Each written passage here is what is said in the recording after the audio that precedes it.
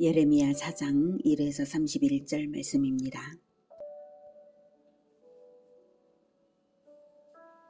4장. 여호와께서 이르시되 이스라엘아, 내가 돌아오려거든 내게로 돌아오라. 내가 만일 나의 목전에서 가증한 것을 버리고 내가 흔들리지 아니하며 진실과 정의와 공의로 여호와의 삶을 두고 맹세하면 나라들이 나로 말미암아 스스로 복을 빌며 나로 말미암아 자랑하리라. 여호와께서 유다와 예루살렘 사람에게 이와 같이 이르노라. 너희 묵은 땅을 갈고 가시덤불에 파종하지 말라. 유다인과 예루살렘 주민들아, 너희는 스스로 할 일을 행하여 너희 마음 가죽을 베고 나 여호와께 속하라. 그리하지 아니하면 너희 악행으로 말미암아 나의 분노가 불같이 일어나 사르리니 그것을 끌 자가 없으리라. 사랑하는 형제 여러분, 3월 14일 화요일 새벽 묵상에 오신 것을 환영합니다.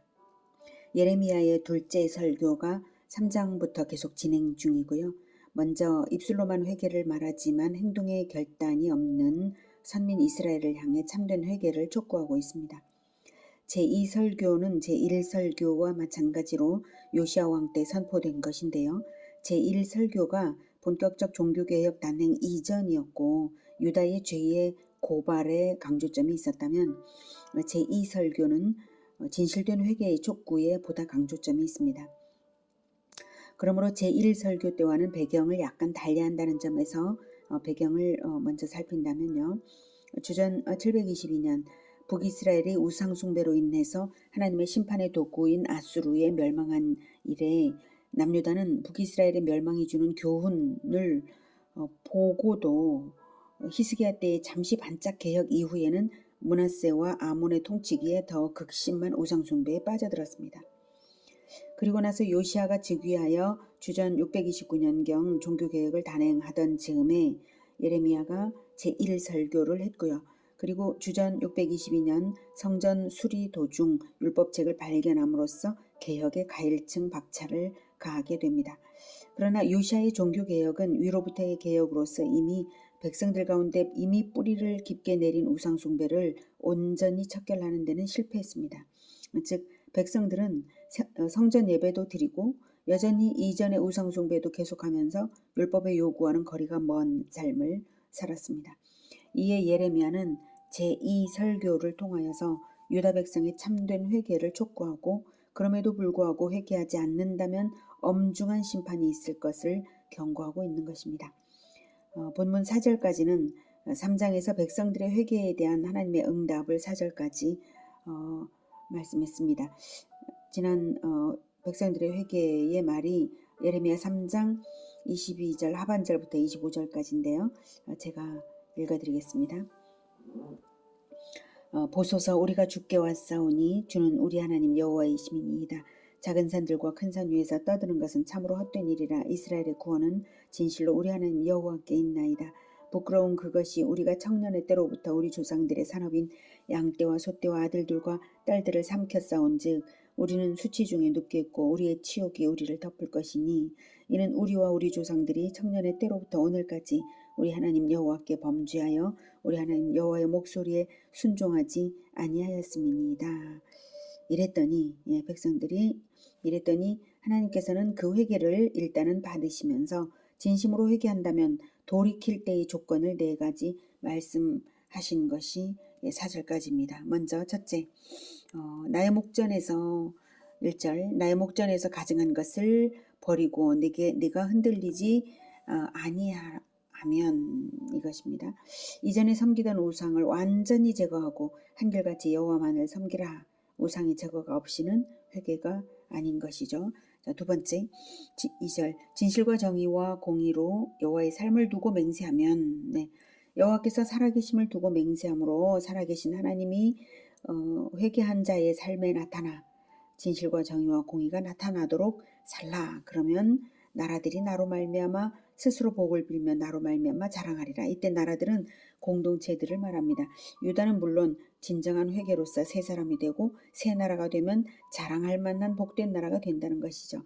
그 새 나라들이 되라는 뜻입니다.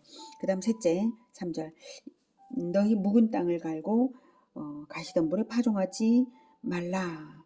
네, 가시덤불이 된 묵은 땅을 완전히 갈아엎어서 새로 갈아야만 진정 파종한 것이 보람이 있듯이 완악한 마음밭을 갈아엎어서 하나님의 말씀의 씨앗이 자라날 수 있도록 준비하라는 말씀입니다. 만약에 완전히 갈아엎지 않는다면 하나님께서 갈아엎으시게 되는 것이죠. 그 다음 4절 스스로 할 일을 행하라. 스스로 할 일을 행하여 너희 마음 가죽을 베고 나 여호와께 속하라. 네. 마음 가죽을 베는 참된 할례로서 죄를 버리는 것이 진정 여호와께 속하는 것이라는 말씀입니다. 할례는 남자의 성기 포피를 베어냄으로써 하나님의 언약 백성이라는 의미를 주는 표징이 되게 하신 것인데요. 왜 하필 남자의 성기에 피를 내는가 하면 여자의 후손의 죽음을 상징하는 것입니다. 그리스도의 죽음을 상징하는 것입니다. 후손의 죽음이죠. 할례 남자의 성기에 피를 낸다는 건 후손의 죽음을 상징합니다. 그래서 여자의 후손 즉 그리스도가 인류를 옛뱀 마귀로부터 구원할 것은 에덴에서부터 주신 언약이시죠. 그 언약이 아브라함 때의 할례 언약으로 진전된 것인데요. 옛뱀 마귀의 머리를 상하게 할 때 발 뒤꿈치를 물리잖아요. 그리스도가. 그것은 그리스도의 죽음이 암시된 것인데 어쨌든 그리스도께서 죽음으로써 인류를 구원하실 것이다. 옛뱀 마귀의 머리를 완전히 상하게 해서 승리할 것이다 라고 하는 그런 언약인데 그 언약이 아브라함 때 할례 언약으로 진전이 어떻게 되었느냐. 먼저 왜 그렇게 아브라함 때 할례 언약으로 진전되게 되었느냐 하면 아브라함 때 최초 할례 명령이 주어진 계기가 아브라함의 죄로 있는 것이었습니다. 여자의 후손 언약이 아담의 죄로 있는 것이었듯이 말입니다. 아브라함이 언약의 아들 이삭을 낳기 전에 애굽 여종 하갈을 취해버렸잖아요. 그래서 이스마엘을 낳아버린 언약 파기를 저질렀죠. 그로 말미암아서 하나님께서 아브라함을 죽음으로 심판하셔야 하지만 은혜로서 아브라함의 후손들을 받으시기 위해 여자의 후손의 죽음을 표상하는 할례를 명하시고 할례로서 그리스도의 죽음을 기념하며 죄를 버리게 하신 것입니다. 그러니까 아브라함 대신 아브라함의 후손인 그리스도가 죽게 된 것이죠. 아브라함과 그 후손들은 그리스도의 대속 죽음이 예약되었으므로 그리스도의 죽음으로 미리 대속되어서 죄를 버리며 살아가는 한 구원받은 하나님의 아들들이 되게 하신 것입니다. 새로 태어나라 이런 뜻이죠. 그러니 그리스도의 대속을 진정 믿는다면 마음 가죽을 베듯이 죄를 버림으로써 하나님의 소속임을 입증하는 삶을 살아야 마땅한 것입니다. 우리에게도 동일한 원리가 적용이 되어서 우리가 진정 그리스도의 대속으로 인하여서 구원받은 자들이기 때문에 하나님의 소속을 입증하는 삶, 그게 뭡니까? 정의와 공의와 정의와 공의로서 살아가야 된다는 것이죠. 그래서 그런 하나님의 소속임을 입증하는 삶을 살아야 진정한 회개다. 이것을 그럼으로써 진정한 회개로서 하나님의 소속을 입증하라. 이렇게 말씀하시는 거예요. 참된 할례를 하라. 그리스도의 대속은 분명한 소속 아니면 분명한 대적으로 확실하게 갈리는 것입니다.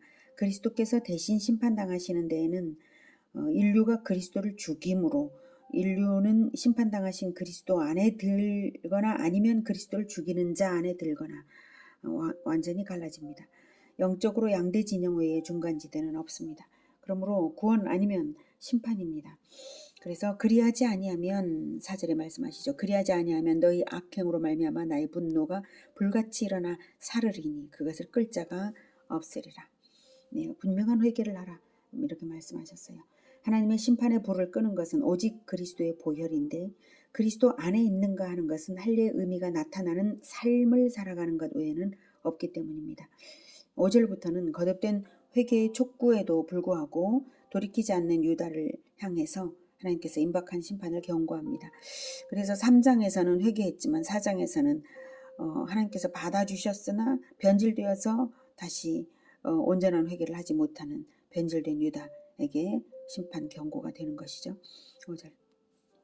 너희는 유다에 선포하며 예루살렘에 공포하여 이르길 이 땅에서 나팔을 불라 하며 또 크게 외쳐 이르길 너희는 모이라 우리가 견고한 성으로 들어가자 하고 시온을 향하여 깃발을 세우라 도피하라 지체하지 말라 내가 북방에서 재난과 큰 멸망을 가져오리라 사자가 그 수풀에서 올라왔으며 나라들을 멸하는 자가 나아왔으되 내 땅을 황폐하게 하려고 이미 그의 처소를 떠났은즉 내 성읍들이 황폐하여 주민이 없게 되리니 이로 말미암아 너희는 굵은 배를 두르고 애곡하라.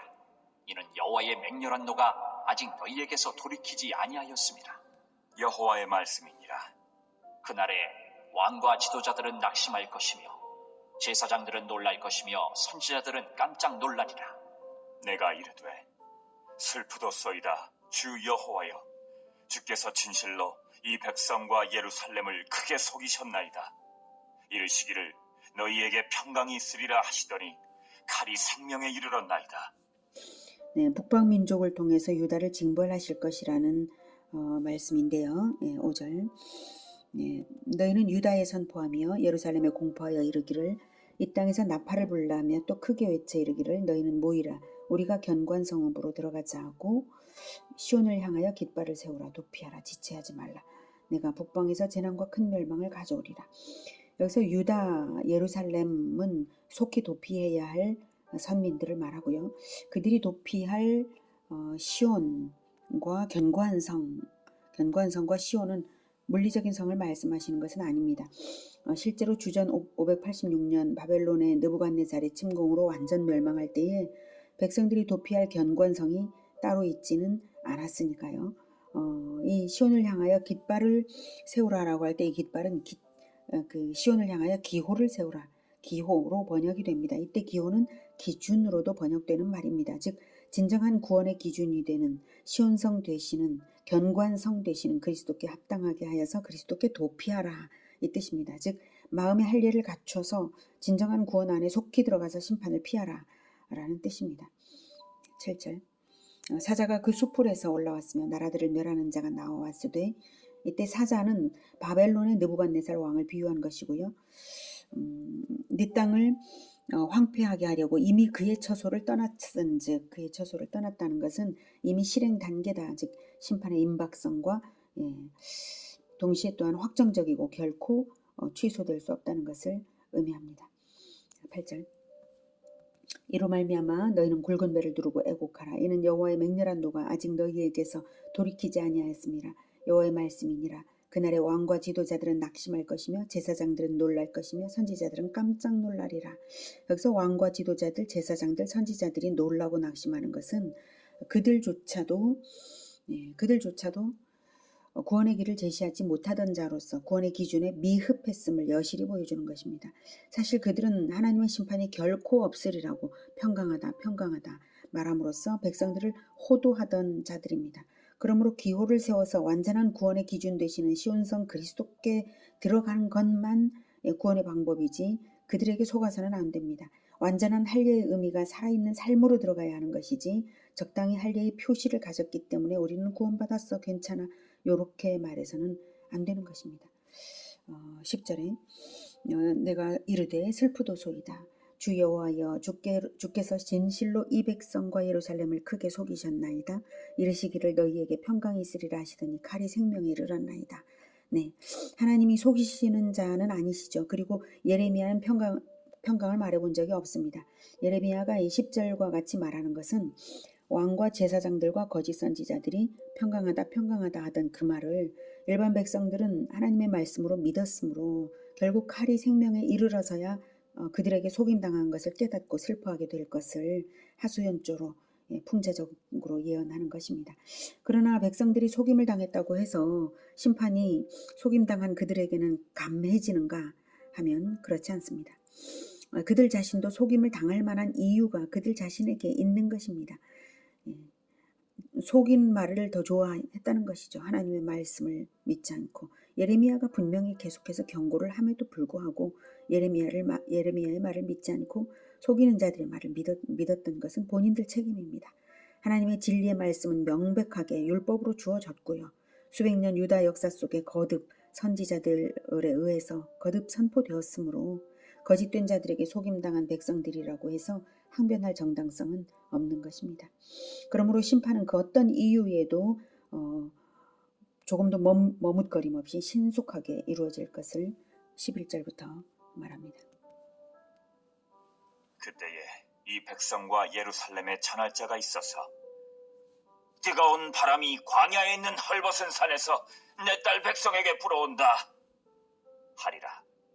이는 기질하기 위함도 아니요 정결하게 하려 함도 아니며 이보다 더 강한 바람이 나를 위하여 오리니 이젠 내가 그들에게 심판을 행할 것이라. 보라, 그가 구름같이 올라오나니 그의 병거는 회오리 바람 같고 그의 말들은 독수리보다 빠르도다. 우리에게 화 있도다. 우리는 멸망하도다 하리라. 예루살렘아, 내 마음의 악을 씻어버리라. 그리하면 구원을 얻으리라.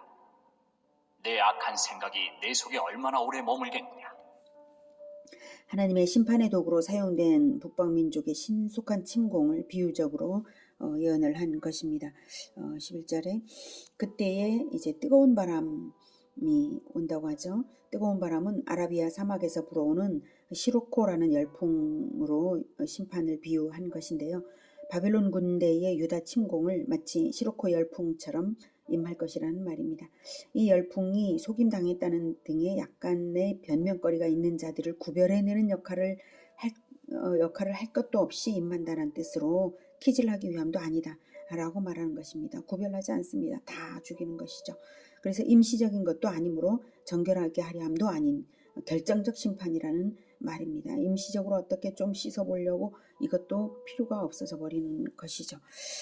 이보다 더 강한 바람이 나를 위하여 오리니, 여기서 이보다 더 강한 바람이라는 것은 키질하는 정도보다 훨씬 더 강한 바람, 뜨거운 바람이라고 동일한 것을, 뜨거운 바람, 이보다 더 강한 바람, 똑같은 바벨론을 통한 심판을 가리키고 있습니다. 결정적 심판이다 이것입니다. 13절 보라, 그가 구름같이 올라오나니 그의 병거는 회오리 바람 같고 그의 말들은 독수리보다 빠르도다. 네, 아주 막강한 위력으로 바벨론 군대가 급속하게 들이닥침으로 피할 수 없게 되는 것이고요. 그 다음 14절 예루살렘아, 내 마음의 악을 씻어버리라. 그리하면 구원을 얻으리라. 네 악한 생각이 내 속에 얼마나 오래 머물겠느냐. 네, 끝까지 회개하지 않고 악한 생각이 내 속에 오래 머물렀기 때문에 이렇게 피할 수 없게 되는 것입니다. 마음의 악을 씻어버렸다면 간단했을 일을 굳이 죄악을 부둥켜 안고 있다가 오래오래 부둥켜 안고 있다가 결코 피할 수 없는 일을 당하는 것입니다. 하나님이 오래 참으시기 때문에 오래도록 악을 부둥켜 안았는데, 오래 참으시는 것은 회개를 온전히 하라는 뜻이지 심판을 취소하신 것이 결코 아니죠. 오해를 해서는 안 됩니다. 반드시 심판하십니다. 하나님은 오래 참으시는 것을 심판이 없다고 자의적 오해를 해서는 절대 안 되는 것입니다. 확실하게 회개하라고, 아직 회개가 끝나지 않았다고 오래 참으시는 것일 뿐입니다. 15절 단에서 소리를 선포하며 에브라임 산에서 재앙을 공포하느니라. 너희는 여러 나라에 전하며 또 예루살렘에 알리기를 애워싸고 치는 자들이 먼 땅에서부터 와서 유다 성읍들을 향하여 소리를 지른다 하라. 그들이 밭을 지키는 자같이 예루살렘을 애워싸나니 이는 그가 나를 거역했기 때문이니라. 여호와의 말씀이니라. 내 길과 행위가 이 일들을 부르게 하였나니 이는 내가 악함이라. 그 고통이 내 마음에까지 미치느니라. 네, 15절에 단에서 소리를 선포하자마자, 단은 북쪽 끝이죠. 북쪽 끝에서 소리를 선포하자마자 곧이어 에브라임 산에서, 에브라임은 예루살렘 가까운 곳입니다. 에브라임 산에서 재앙을 공포하는 것은 그 침공의 매우 급속함을 뜻하고요. 예루살렘의 코앞에 임박한 것인데요. 너희는 여러 나라에 전하며 또 예루살렘에 알리기를, 이렇게 예루살렘보다 먼저 여러 나라에 알리라고 하는 것은 예루살렘보다도 더 열방이 더 신속히 회개할 가능성이 있음을 암시하는 거예요. 예루살렘이 그만큼 타락했습니다. 그리고 예루살렘에 이어서 다른 나라들도 심판이 있음을 암시합니다. 그리고 심판당하는 이유를 분명하게 말씀을 하십니다. 이는 그가 나를 거역했기 때문이니라. 여호와의 말씀이니라. 내 길과 내 행위가 이 일들을 부르게 하였나니 이는 내가 악함이라. 네, 우연히 일어난 일이 아니고 정치적 해법으로 해결되는 일이 아니고 오직 하나님과의 관계성의 문제요, 인생 노선과 행위 문제입니다. 이것이 마음에서부터 근원되었으니 마음의 악을 애초에 씻어내면서 살았다면 당하지 않았을 일이었습니다. 마음의 악이 들어오는 순간부터 악을 버리는 것, 그때 그 즉시가 바로 회개의 때입니다. 행동화하지 말고 악을 버리는 삶을, 마음의 악을 버리는 삶을 살아야 하겠습니다.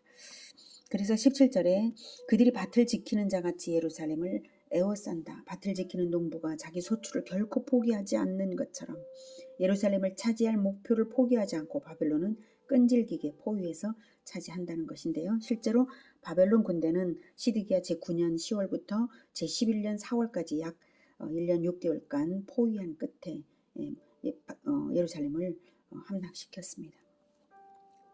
19절. 슬프고 아프다. 내 마음속이 아프고 내 마음이 답답하여 잠잠할 수 없으니 이는 나의 심령이 나팔 소리와 전쟁의 경보를 들으미로다. 패망에 패망이 연속하여 온 땅이 탈취를 당하니 나의 장막과 휘장은 갑자기 파멸되리라. 내가 저 깃발을 보며 나팔 소리 듣기를 어느 때까지 할꼬. 내 백성은 나를 알지 못하는 어리석은 자요 지각이 없는 미련한 자식이라. 악을 행하기에는 지각이 있으나 선을 행하기에는 무지하도다. 네, 유다의 임박한 멸망에 대해서 애끓는 고통으로 예레미야가 애가를 부르는 것이죠. 대적의 공세는 너무나 공포스럽고 유다 백성은 경고를 듣고도 깨닫지 못하는 어리석음으로 선지자는 애통할 수밖에 없는데요. 여기서 22절에서 내 백성은 나를 알지 못하는 어리석은 자요 지각이 없는 미련한 자식이라 이렇게 표현을 하는 것을 보면 그리스도의 어조가 느껴지죠. 예, 예레미야는 그리스도의 대리자로서 지금 그리스도의 그 애통함을 표현하고 있는 것입니다. 자, 23절부터는 환상으로 본 참상입니다. 보라, 내가 땅을 본즉 혼돈하고 공허하며 하늘에는 빛이 없으며 내가 산들을 본즉 다 진동하며 작은 산들도 요동하며 내가 본즉 사람이 없으며 공중의 새가 다 날아갔으며 보라, 내가 본즉 좋은 땅이 황무지가 되었으며 그 모든 성읍이 여호와의 앞 그의 맹렬한 진노 앞에 무너졌으니 여호와께서 이와 같이 말씀하시길 이 온 땅이 황폐할 것이나 내가 진멸하지는 아니할 것이며 이로 말미암아 땅이 슬퍼할 것이며 위에 하늘이 어두울 것이라. 내가 이미 말하였으며 작정하였고 후회하지 아니하였은즉 또한 거기서 돌이키지 아니하리라 하셨음이로다. 네, 23절에 네, 보라 내가 땅을 본즉 환상을 지금 보고 있는 거예요. 계속 본즉 보라 이렇게 쭉 나오고 있죠. 혼돈하고 공허하며 하늘에는 빛이 없으며 침공당한 것을 창세기 1장 2절 천지 창조 때의 상태로 비유하고 있습니다. 이 부분에 굉장히 의미심장한 것이 있는데요. 그러나 여기에서는 저는 오늘은 생략을 하고 넘어가겠습니다. 창조적의 혼돈으로 비유하는 것에 걸맞게 하나님은 심판 이후를 예비하시는 말씀을 하십니다. 17절 여호와께서 이와 같이 말씀하시기를 이 온 땅이 황폐할 것이나 내가 진멸하지는 아니할 것이다. 즉 이것은 씨를 남겨서 영혼의 재창조로서 영원한 하나님 나라를 배태하게 하고자 하신 것입니다. 그러므로 결코 심판을 포기하지 않으십니다. 심판 없이는 재창조도 없으니까요. 낡은 건물을 무너뜨려야만 새 건물을 짓는 거 아닙니까? 그래서 하나님께서는 심판을 포기하지 않으시고 그 터를 남기시는 것입니다. 28절에 내가 이미 말하였으며 작정하였고 후회하지 아니하였은즉 또한 거기서 돌이키지 아니하리라. 심판을 포기하지 않으십니다. 29절 기병과 활 쏘는 자의 함성으로 말미암아 모든 성읍 사람들이 도망하여 수풀에 들어가고 바위에 기어오르며 각 성읍이 버림을 당하여 거기 사는 사람이 없나니 멸망을 당한 자여 내가 어떻게 하려느냐. 내가 붉은 옷을 입고 금장식으로 단장하고 눈을 그려 꾸밀지라도 내가 화장한 것이 헛된 일이라. 연인들이 너를 멸시하여 내 생명을 찾느니라. 내가 소리를 들은즉 여인의 해산하는 소리 같고 초산하는 자의 고통하는 소리 같으니 이는 시온의 딸의 소리라. 그가 헐떡이며 그의 손을 펴고 이르기를 내게 화가 있도다. 죽이는 자로 말미암아 나의 심령이 피곤하도다. 하는도다. 네, 30절에 멸망을 당한 자여 네가 어떻게 하려느냐. 내가 붉은 옷을 입고 금장식으로 단장하고 눈을 그려 꾸밀지라도 내가 화장하는 것이 헛된 일이라. 연인들이 너를 멸시하여 내 생명을 찾느니라. 이것은 이제 유다가 창녀처럼 갖은 방법으로 애굽과 동맹을 맺음으로써 국가 안전을 보장받으려 했었죠. 애굽만이 아니라 아수르에 대해서도 그런 태도였고 그랬습니다. 그러한 행위가 오히려 멸망을 부채질할 뿐임을 비유적으로 말한 것이죠. 하나님을 의지하지 않고 열방을 의지하려고 했던 창녀 같은 짓, 그것으로 인해서 오히려 열방에 의하여서 멸시당하고 또 죽음을 당하는 것입니다. 31절은 유다가 당하는 고통을 여인의 해산, 그 중에서도 고통이 큰 초산의 고통이 비유하고 있습니다. 이렇게 해산에 비유한 것은 또 암시적으로 또 이제 새로운 하나님 나라, 참된 하나님 나라가 배태된다는 것을 암시한다고도 볼 수 있겠습니다. 오늘은 임박한 심판의 참상을 통해서 배웠습니다. 회개가 필요한데 평강하다 해서는 안 되고요. 심판의 이유는 오래 인내하시는 하나님 앞에 끝내 회개하지 않았기 때문이고, 또한 심판은 결코 취소되지 않으며 심판을 거쳐야만 거룩한 씨로 남겨질 성도들에 의해 영원한 나라가 건설됩니다. 이것은 회개가 완전한 회개가 되어야 된다는 것을 알게 합니다. 입술로만 회개하는 것은 결코 회개가 아닙니다.